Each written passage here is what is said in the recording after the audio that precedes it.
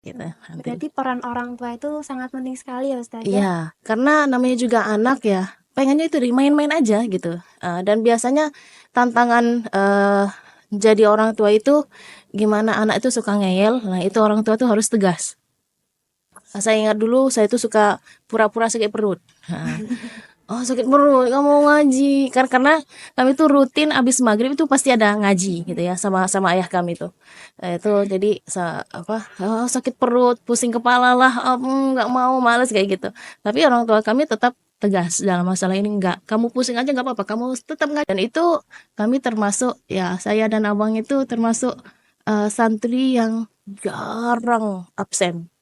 Setiap hari hadir. Demam pun sama mama harus pergi. Tuh pusing, nggak harus pergi. Tapi masya Allah, tapi itu yang kami rasakan kedisiplinan. Ya kedisiplinan orang tua kami itu sangat luar biasa. Gitu.